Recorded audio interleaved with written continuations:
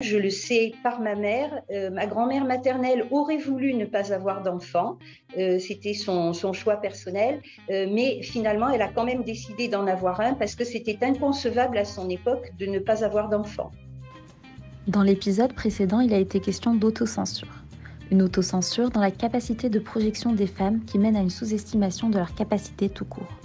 En discutant avec nos intervenantes, un facteur de l'autocensure, cette fois dans les actes, a été soulevé. La maternité. Mais c'est plus compliqué que ça. Ah, il est gentil le papa de s'occuper des enfants ce soir. Un bon.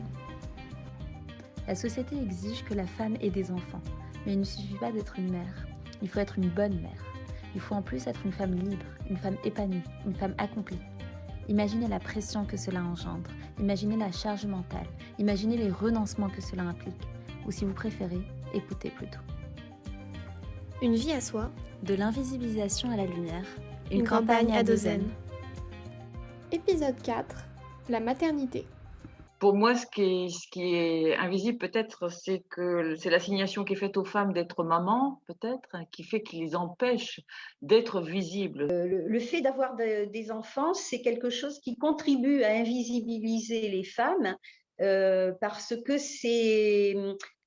ça fait passer au second plan leur désir personnel. Finalement, il y a la pression, c'est une norme sociale, il faut avoir des enfants et si on n'en a pas, on ne répond pas à l'attente sociale. Moi, en tant que femme, ce que j'ai ressenti, c'est ça, c'est être une bonne mère. On m'assigne ce rôle-là et j'avais envie de le faire. J'ai envie d'être une bonne mère. Et en même temps, la société nous dit non, mais les femmes, vous n'allez pas rester dans votre coin. Euh, il faut vous libérer.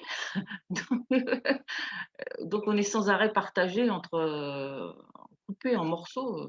En fait, ce que ces témoignages nous montrent, c'est que la pression pour être une bonne mère conjuguée à l'inégalité dans les tâches liées à la parentalité limite l'épanouissement personnel et professionnel des femmes. Et le fait d'avoir des enfants, alors ce n'est pas vrai, c'est pas le fait des enfants, hein.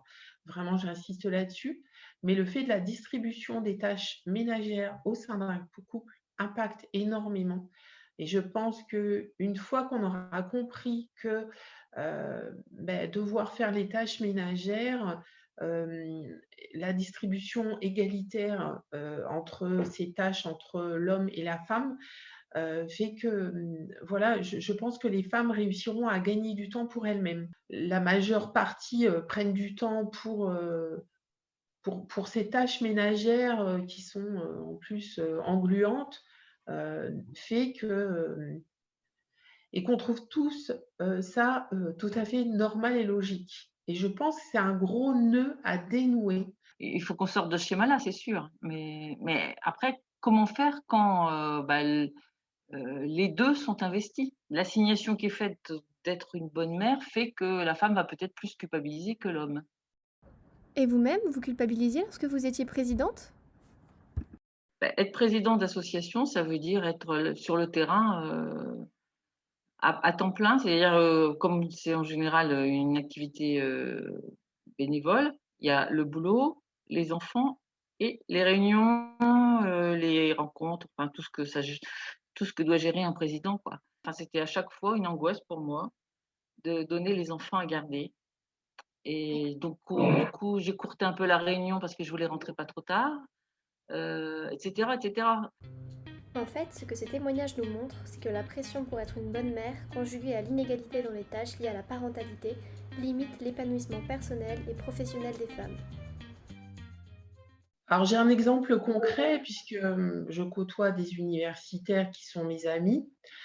Et clairement, il s'est avéré qu'avec le Covid, le fait d'être maman et de devoir s'occuper de ses enfants a eu un impact alors, négatif. Alors, moi, je ne veux pas empêcher les femmes de faire des enfants, c'est un épanouissement personnel, vraiment, je suis ravie, etc. Mais je pense que mes amis ont dû, pendant le Covid et encore actuellement, mettre leur carrière entre parenthèses. Et c'est ce qui m'a fait réfléchir à plusieurs niveaux, parce qu'elles sont universitaires et parce qu'en plus, voilà, elles sont normalement informées et qu'elles devraient être alertées sur ces questions d'égalité filles-garçons.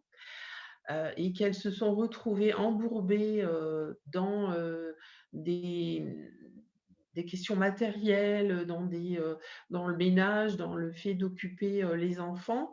Et tout simplement, elles n'ont pas pu s'épanouir en tant qu'intellectuelles. Par exemple, beaucoup n'ont pas pu écrire d'articles, n'ont pas pu continuer à être visibles sur les réseaux, dans les médias, parce qu'on en revient à qui j'invite, qui est disponible. Dans mes différentes expériences militantes ou professionnelles, mon manque d'énergie, de combativité, c'est parce que je pense à mes enfants qu'il faut faire garder, que je dois emmener à telle activité. C'est cette culpabilité-là qui fait que je restreins mon temps. Être visible, ça nécessite beaucoup, beaucoup d'énergie, en fait. Ça nécessite d'acquérir des compétences. Donc, ça dévore le temps de la journée. Moi, j'ai dû passer 10 ans de ma vie à mettre ma carrière entre parenthèses, mais ça veut dire que j'ai perdu aussi, et il faut en être conscient, 10 ans de qualité de vie intellectuelle, et puis le fait de pouvoir aussi socialement gagner plus d'argent, etc. À travers les différents témoignages de nos intervenantes, nous avons pu constater le fait que l'épanouissement personnel et professionnel des femmes était très souvent sacrifié sur l'autel de la culpabilisation et de la charge mentale. Tous ces facteurs conduisent à une autocensure qui engendre l'invisibilisation des femmes. Mais ce ne sont pas les seuls facteurs. Nous verrons la semaine prochaine comment les mots peuvent également jouer un rôle dans ce phénomène. Un 5e épisode à découvrir dès le 8 avril. Et je me suis aperçue au cours de ce travail que lorsqu'on travaille sur ces comportements, on disait les comportements des hommes préhistoriques en me disant oui, mais on met un grand H. Et je suis désolée, moi quand je parle, je n'entends pas le grand H. Une vie à soi, De l'invisibilisation à la lumière, une campagne à 2N.